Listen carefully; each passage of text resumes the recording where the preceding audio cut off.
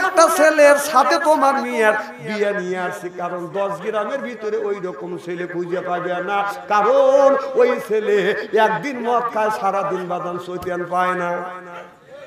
মানে বলতেছে এইরকম মানুষ আর খুঁজে পাবে না। মিয়ার বাড়ি যা বলে, ছেলের বাড়ি যা বলে, এমন একটা মিয়া তোমার ছেলের বউ হয়ে আসবে, এটা হলো তোমার ছেলের ভাগ্য। কারণ এই মিয়ার মতো মিয়া 10 গ্রাম খুঁজে পাবে না। বিয়ের আগে 2 সন্তানের মা হয়েছে, কারণ কেন হয়েছে? এটা হলো মোবাইলের যুগ। মোবাইলের মধ্যে বাদান আপনার যুবক যুবতীর প্রেমার ভালোবাসা করতে করতে প্রেমের বাদান সেঞ্চুরি করছে। সিল্লে কল ঠিক কিনে তোমার কাছে ফোন করিলে, তোমার কাছে ফোন করিলে পাইগো শুধু ওই টিং। ও ডার্লিং কার সাথে করতেছো তুমি ফিল্ডিং?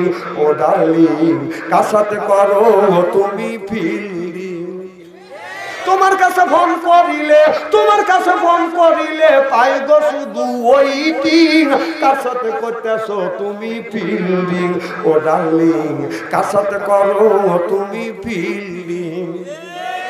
তাহার সাথে দেখা হলে বলে আব্বাই ফোন করিয়াছে, আব্বার পরে বড় বোনে আমারে ফোন দিয়েছে, আমারে ফোন দিয়েছে।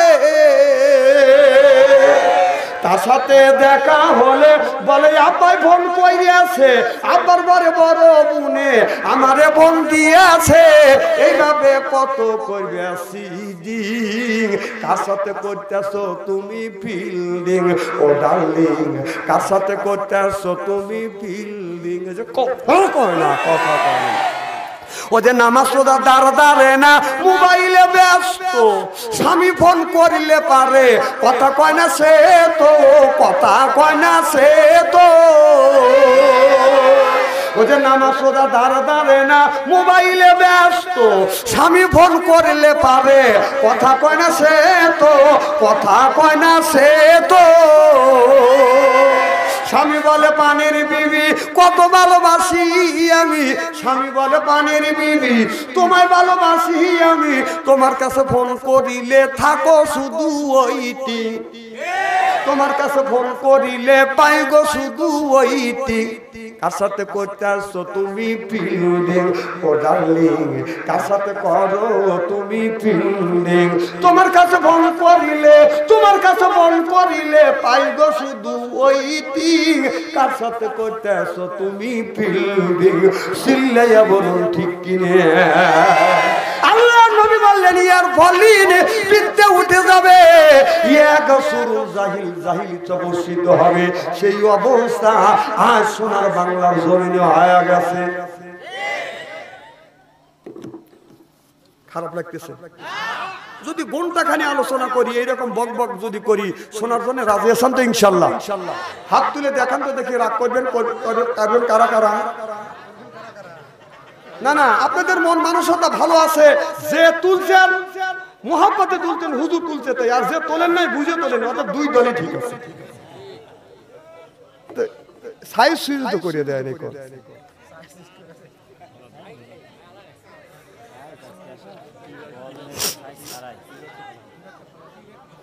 ভাই চলে যাচ্ছে, শোনা যায় না, বুঝলাম না।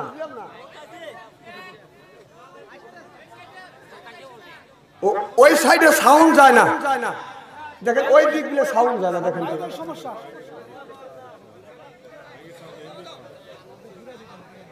আমার ভাইরা এদিক তাকান। আলেম মানুষ যদিও কালো হয়, আলেমের চেহারার দিকে তাকালে সগিরে গুণ আল্লাহ মাফ করে দেয়। কিছু লোক আমার দিকে তাকাছে এইরকম, মানে কালো মানুষ যে আমি কয় 100 দেখছেন। আমার ভাইরা এবার আমার নবী এবার ওই মহিলা হুরে মদিনা বলে ইয়া রাসূলুল্লাহ ইয়া হাবিব হাবিব আল্লাহ, যেই যুবকের সাথে আপনি আমাকে বিয়ে দিবেন আমি তার বিয়ে করব। আমার নবী বাজান নিজে বাজান গটকালি করছে। আর আমাদের দেশে ঘটক আছে, আপনার ঘটক নামে দালাল আছে, টাকা ছাড়া বাজান বিয়ে করায় না। আমার নবী গটকালি করছে, জীবনে একটা টাকাও নেয় না। হযরত আমর রাদিয়াল্লাহু তাআলা আনহু বাজান গটকালি করছেন, একটা টাকাও নেয় না। নবীর অনেক সাহাবী গটকালি করেছে বাজান, টাকা নেয় না। জোরে কালমার আওয়াজ। আমার ভাইরা, এবার আমারও নবী আসওয়াতের কাছে যা বললেন, আসওয়াত তোমার ভাগ্য ভালো, কারণ মক্কা মদিনার মধ্যে সুন্দরী মহিলা যারে হুরে মদিনা বলা হয়, ওই হুরে মদিনা তোমাকে বিয়ে করতে রাজি হয়েছে। এবার আসওয়াত বলে, ইয়া রাসূলুল্লাহ, ইয়া হাবিবাল্লাহ, আমি হুরে মদিনা বুঝি না, কালো বুঝি না গো নবীজি। ওই মেয়েটাকে আমি বিয়ে করব, যেই মেয়েটার ভিতরে 4টে গুণ আছে। 4টে গুণে যদি গুণান্বিত হয়, আমি ওই মেয়েটাকে বিয়ে করব। যারা ছেলের বাবা আছেন, আমি আপনাদের পায়ের নিচে হাত থেকে অনুরোধ করে বলবো, বাবা আপনারা ওই ছেলে, আপনার ছেলের সাথে ওই মেয়েকে আপনি বিয়ে দিবেন, যেই মেয়ে, যেই যুবক, যেই মেয়েটার ভিতরে 4টে গুণ আছে। 4টে গুণে গুণান্বিত যদি থাকে, ওই মেয়েটাকে যদি আপনার ছেলের বউ বানাতে পারেন, আপনার ছেলের জীবনে সুখ আর শান্তি আসবে, মৃত্যুর পরে দুইজনই জান্নাতি হবে। কয় গুণ? আর আমাদের দেশের মেয়েদের গুণ তো চতুর্দিকে জমজম জমজম করতেছে, হাতে জমজম, পায়ে জমজম, সিনা কম কম করতেছে। হাতে জমজম, পায়ে জমজম, সিনে কম কম করতেছে। আর হাতে বদন তেরা মেয়েরা হেলে দুইলে চলতেছে, চিল্লে এখন ঠিক কিনে। আমার ভাইরা, আমাদের দেশের যুবকেরা ওই মেয়েটাকে পছন্দ করে, যেই মেয়েটা জিন্সের প্যান্ট পরিয়ে বাদান শর্ট কামিজ লাগাইয়া উঁচু জুতো পায়ে দিয়ে রাস্তা দিয়ে বাদান ঢাস ঢাস করে বাদান হাঁটিয়ে যায়। যুবকেরা ওই মেয়েটাকে চয়েস করে, পছন্দ করে। আর মেয়েরা ওই যুবকটাকে পছন্দ করে, যেই যুবকটা স্কিনের প্যান্ট পরছে, টাইট প্যান্ট পরছে, সামনে তাকাইলে সুন্দরবন, পিছনে তাকাইলে পায়খানা রাস্তা দেখা যায়। আমাদের দেশের যুবকেরা এইরকম পাগল কিভাবে হলো আমার বুঝে আসে না। তুই দেখতেছিস যে ছেলে জিন্সের প্যান্ট কিনছে, ওর সামনেও তাকান যায় না, পিছনেও তাকান যায় না। তুই কোন বিবেকে ওই জিনিস দেখে তুই ওই রকম জিনিস আবার বানালি? ওদের রুচিও নাই, বোধও নাই, একবারে আনছোটা। তুই একটা যুবকের দেখলি যে জিন্সের প্যান্ট পরছে, ওর সামনেও তাকান যায় না, পিছনেও তাকান যায় না, মানুষ একবার তাকালে আর জীবনে ফিরে তাকায় না। তাহলে ওর প্যান্ট দেখে ওখান থেকে তোর শিক্ষা নেওয়া উচিত। তুই ওই প্যান্টের ওই রকম ডিজাইনের ওই রকম প্যান্ট আবার তুই কোন বিবেকে ওই প্যান্ট আবার কিনে আনলি? তুই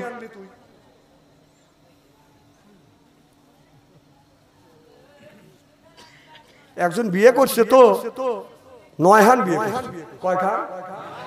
বাসর ঘরে যা মনে মনে চিন্তা করতেছে যে আমি ভালো জিনিসই পাইছি। বাসর ঘরে যাওয়া মন আনন্দে গান গাইতেছে, বিবি আমি ঠকি নাই, আমি ঠকি নাই রে। বউ বলতেছে আজকে বাসর ঘর, কত রকমের দুঃখে সুখের কথা আছে, কত রকমের ইবাদত আছে, আর মনের আনন্দে গান গাইতেছে। কি ব্যাপার, তুমি গান গাও কে? বিবি আমি ঠকি নাই, আমি ঠকি নাই রে, তুমি আমার 9 নাম্বার বিবি রে। বউ কয় ও সব বনেছে আমার আগে 8 টাকা, তোক দিয়ে 9টা। বউ তখন একটু পরে ওরির সুরে সুর মিলিয়ে বউ তখন বলতেছে, স্বামী আমি ঠকি নাই, আমি ঠকি নাই রে। স্বামী কয় কে রে? আমার আবার পাল্টা জবাব দিস, ব্যাপার কি? তখন বউ বলতেছে, স্বামী আমি ঠকি নাই, আমি ঠকি নাই রে, তুমি আমার 10 নাম্বার স্বামী রে। ও আমার আগে 9 কয়টা, তোর দিয়ে 10টা। কানের বগল দিয়ে আল্লাহ আমাকে বাঁচাইছে, তোর 9টা আমার 10টা।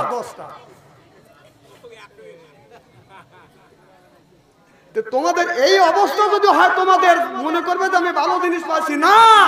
তুই যদি 11টা প্রেম করে থাকিস, যদি 11টা মহিলা ঠকা থাকিস, তোর বউ যে হবে সে 14টা ঠকাইছে, তো 15টা হিসেবে ধরছি। না না, এখন তো ঠিক হবে।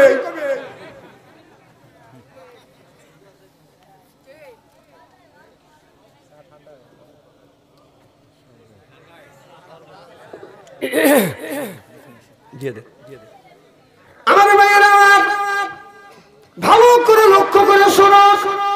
এবার আসো বলে, ইয়া রাসূলুল্লাহ, ইয়া হাবিবাল্লাহ, ওই মেয়েটাকে বিয়ে করব যেই মেয়েটার মধ্যে 4টা গুণ আছে। সুবহানাল্লাহ। আমার নবী বললেন, আসলা বলো গুণ 4টা কি? এবার আসলা বলতেছি, ইয়া রাসূলুল্লাহ, ইয়া হাবিবাল্লাহ, ওই মেয়েটাকে আমি বিয়ে করব যেই মেয়েটার ভিতরে 4টা গুণের মধ্যে সর্বপ্রথম গুণটা হলো যেই মেয়েটা কোরআন পড়া জানে কিনা। সুবহানাল্লাহ। ও নবীজি, মেয়েটা যদি কোরআন পড়া জানে তাহলে ওই মেয়েটাকে আমি বিয়ে করব। কারণ কোন মহিলা সকালবেলা ফজর নামাজ পড়িয়ে 3টা আয়াত যদি হয়, কোরআন তেলাওয়াত করিয়ে যদি কাজ করে, রান্না বাড়ায় যদি যায়, 5 জন মানুষের জন্য যদি রান্না করে, 7 জন 8 জন খায়া যাবে, ওই রান্নার মধ্যে বা খাবারের মধ্যে কমতি করবে না। আমার আল্লাহ রহমত আর বরকত দিয়ে পরিপূর্ণ করে দিবে। আমাদের দেশের কিছু মেয়ে আছে, বিয়ে বসে কোরআন শরীফ পড়া শেখে বাজান বিয়ে বসার জন্য। আর কথা কবি নি, ছেলের বাবাটা জিজ্ঞাসা করে, মা তুমি কি কোরআন পড়া জানো? বিয়েটা কয়, আমি 6 খতম দিছি। জিজ্ঞেস করলো যে তুমি কি কোরআন শরীফ পড়া জানো? মেয়েটা বলতেছে আমি 6 খতম দিছি, আগে তুই নিয়ে এলে ভাই। তাহলে দেখ কোরআন শরীফের কপালে দুঃখ আছে। তখন ছেলের বাবা বলে, মেয়েটা যদি কালো হয় তারপরেও আমি এইটাকে বউ বানা নিয়ে যাবো। অল্প টাকা দিয়ে নিয়ে এসে বেটার বউ প্রথম কয়েকদিন ফজরের নামাজ পড়ে কোরআন তেলাওয়াত করে। শ্বশুর তখন মানুষের কাছে গর্ব করে আর অহংকার করে বলে, আমি টাকা পয়সা যদি কমাই না থাকি, আমার পুত্রবধূ যদি কালো হয়, সকালবেলা ফজরের নামাজ পড়ে যখন কোরআন তেলাওয়াত করে, আমার আত্মা ভরিয়ে যায়। বউ মনে মনে কয় 2-4-5 মাস যাবে দে। যেই 2-4-5 মাস যখন চলে যায়, কোরআন শরীফ সুন্দর করে বাইরে তাকের উপর রেখে দেয়, কোরআন শরীফ থাক, তুই থাক, তোর একদিন নেই আমার একদিন, বিয়ে তো আমার হয়ে গেছে, ঠেকায় কি? কোরআন শরীফ পড়া শেখার পরে মেয়েরা কোরআন শরীফ পড়া ভুলে গেছে। 5 বছর 10 বছর হয়ে গেছে, কোরআন শরীফ খোলেও না, পড়েও না, কোরআন শরীফ পড়া ভুলে গেছে। এইরকম মহিলা বাংলাদেশে আছে না নাই? উল্লাপাড়া আছে। একজন থাপা দিয়ে ধরছি, লোকটার মনে দুঃখ আছে।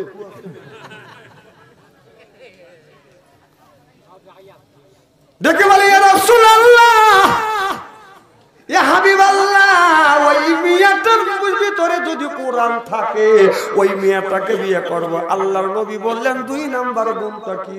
ডেকে ডেকে বলতেছে, ইয়া রাসূলুল্লাহ, ইয়া হাবিবাল্লাহ, 2 নাম্বার গুণ মেয়েটা 5 জায়গা 5 ওয়াক্ত নামাজ পড়ে কিনা। এই গুণটা যদি থাকে তাহলে ওই মেয়েটাকে বিয়ে করব। 3 নাম্বার গুণটা কি? যুবক বললেন, আল্লাহ বললেন। যুবকটা বললেন, রাসূল গো, ওই মেয়েটাকে আমি বিয়ে করব যেই মেয়েটা রাস্তা দিয়ে যায়, পর্দা করে যায়। আল্লাহ পর্দার কথা কোরআনের মধ্যে বলছে। নামাজ যেমন আল্লাহ ফরজ করেছে, রমজান মাসে রোজা যেমন ফরজ করেছে, নারীদের পর্দা করা আল্লাহ ফরজ করে দিয়েছে। যেরকম ঠিক কিনে আল্লাহ বললেন, ওয়াকারনা ফি বুতুকুন্না ওয়ালা তাবাররুজনা তাবাররুজাল জাহিয়াতিল উলা। ও নারীরা, জাহিলি যুগে নারীদের মতো অশ্লীল ভাবে রাস্তা দিয়ে চলো না। আমাদের দেশের নারীরা বোরকা পরে টাইট, পিছন থেকে যুবকেরা করে ফাইট। না না, যে বোরখা কোনি পরে এত টাইট বোরখা পরে। আগে আগেকার ময় মুরবি বোরখা পড়তো, একটা বোরখার মধ্যে 3-4 জন মানুষ ঢোকা যেত, দিলে বোরখা পড়তো। আর এখন এমন টাইট বোরখা পরে, মানে এই বোরখার ভিতরে আঙুলও ঢুকান যায় না, মনে হয় গোস্ত বের হওয়া যাবে। কথা কয় না, ঠিক তো কবে এই তোর বাড়ির কি করছে এখন দেখে ঠিকই বলতেছে।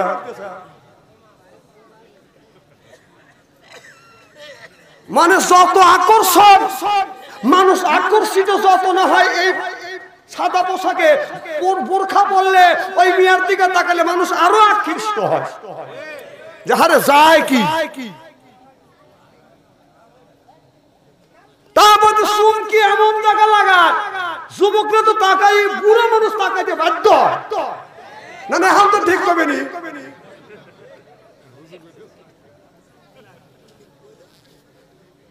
কলিও ঠিক না, কলিও ঠিক, আমি অঠিক কথা কোন জায়গাটা বললাম কোন তো দেখি।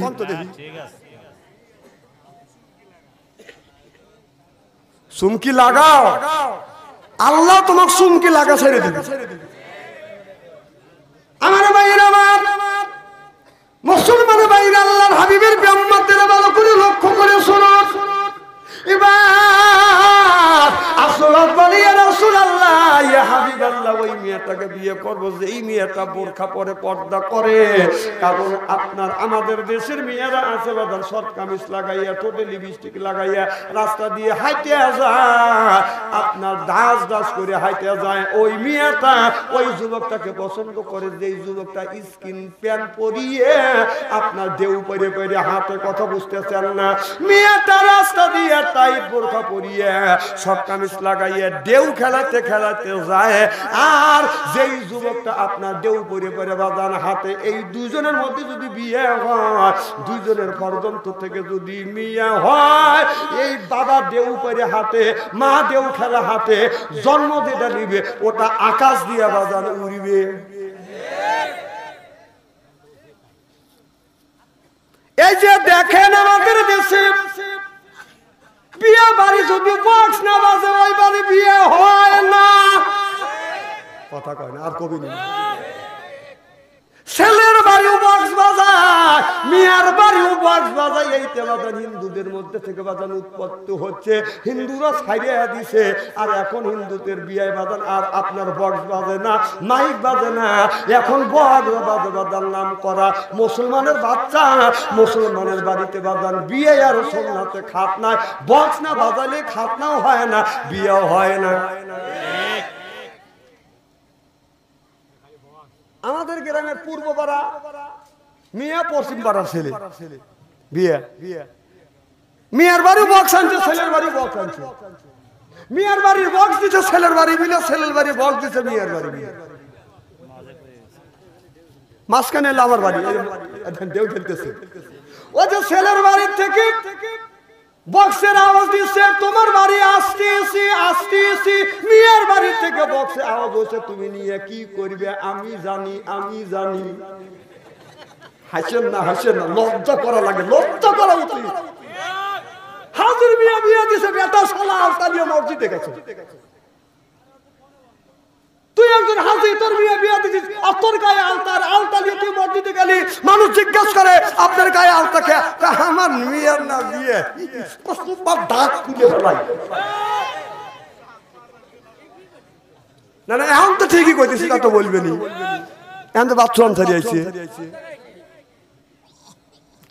আমার ভাইয়েরা, আমার বিয়ের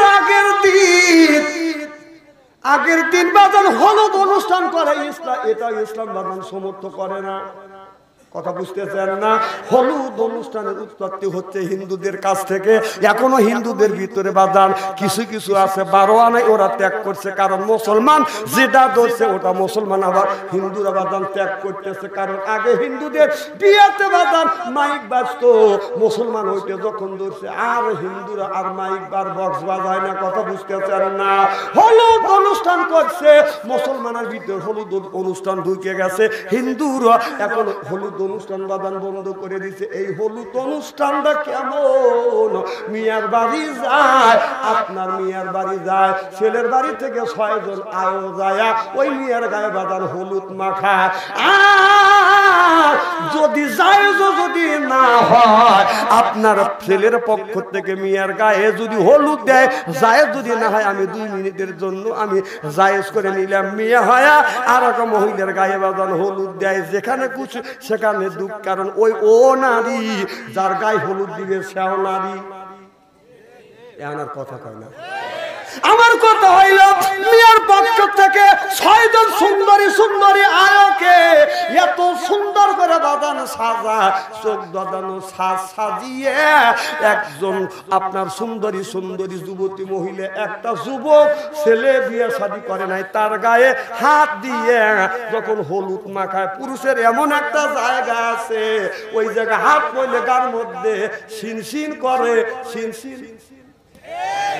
কি কি তোর বউ যে যায় একটা যুবকের গায়ে যে হলুদ মাখাইলো, এটা ইসলাম সমর্থন করে না। তুই বলতে পারলি না তুই আমার বউ হ্যাঁ